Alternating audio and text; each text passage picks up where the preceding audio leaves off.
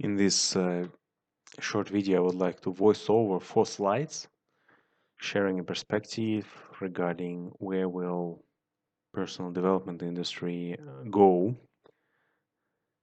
In essence, the statement is it will experience the same transformation as business consulting industry did.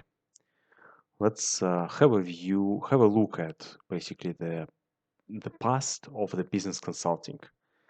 And in essence, it's from one-man show to and basically operational macro improvements that are offered by the one-man show to ecosystems of B2B partnerships, end-to-end transformations, large-scale companies where the brand is the value and not one single standalone man with a lot of internal complexity and a lot of value of internal social and intellectual capital.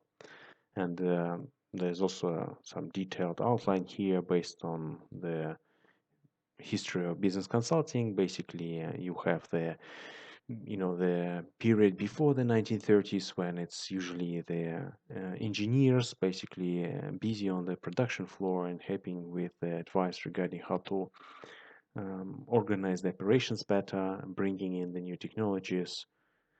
Then we have the second phase where it's really basically the broadening of services happen across all aspects of business of the client, and when the business consulting emerges into a separate industry and the lines of services are really going much beyond just the production floor. And we have 1960s when the blossom of framework happens. A lot of written reports from big famous companies start their competitions and so on. Basically, 1980s globalization of services, basically fully established industry with global operations, very different from what it was just 50 years before that. And 1990s, in addition to existing big players and their new entrants, due to increased specialization within the industry, for example, that could be kind of carve-outs also from the corporate world. Example would be within the testing and inspection industry, where internal testing and inspection services basically become a separate consulting services and a separate revenue stream for a for a company that manufactures complex engineering products.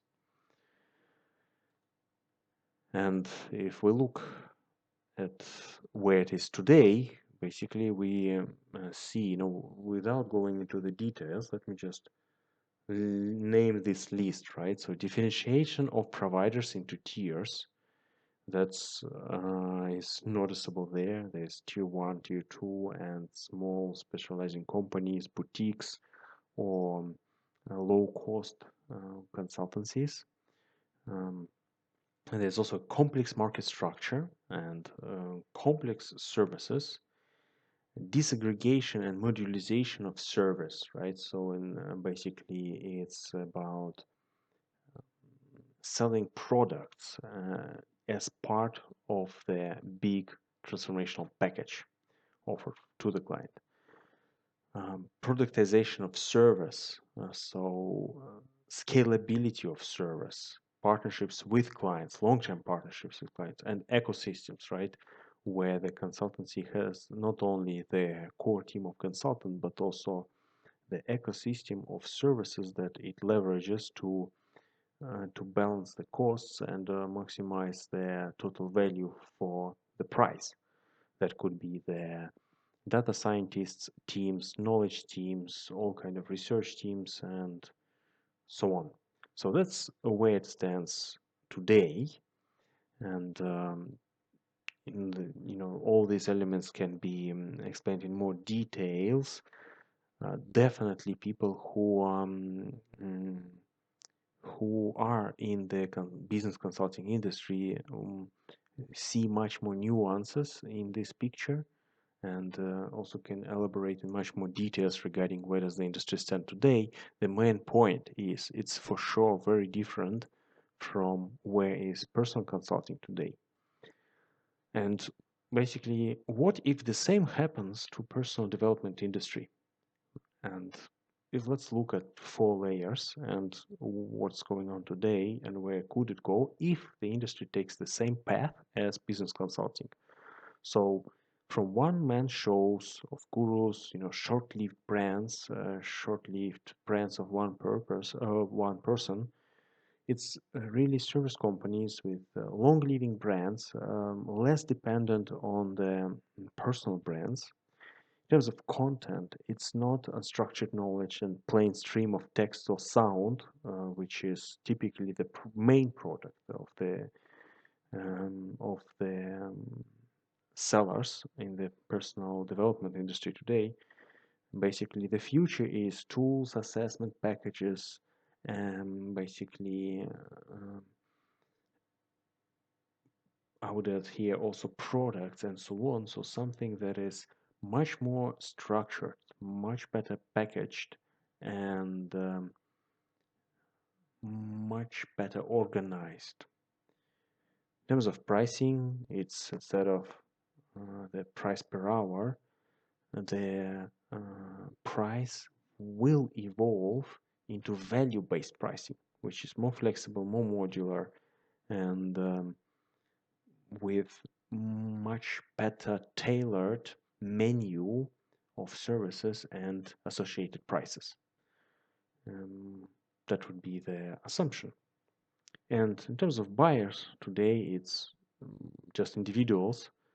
And looking further into the future, assumption is that it will be definitely the B2B part of the personal development industry will skyrocket. And in addition to businesses and religious organizations, NGOs, potentially prisons, schools, all these players will be the buyers of their services. Like today, all of them buy consulting services, the business consulting services, and in most cases, they really profit from increasing their human capital. Even if you take a prison, a school, and so on, universities, their primary focus is to increase the social capital of those who are in, and therefore the personal development industry, but could be potentially the lever to use to reach these goals. And there's enough of opportunities to do it in a more efficient way, less costs, and better, like through operations that are better streamlined.